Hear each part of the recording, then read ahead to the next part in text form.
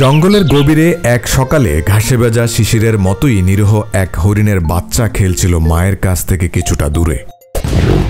হঠাৎ করেই ঝোপের আড়াল থেকে বের হয়ে এলো এক ক্ষুধার্ত বাঘ। চোখে আগুন, পায়ের চাপে মাটি কাঁপছে। হরিণের বাচ্চা কিছু বুঝে ওঠার আগেই বাঘ লাফিয়ে পড়ল তার দিকে।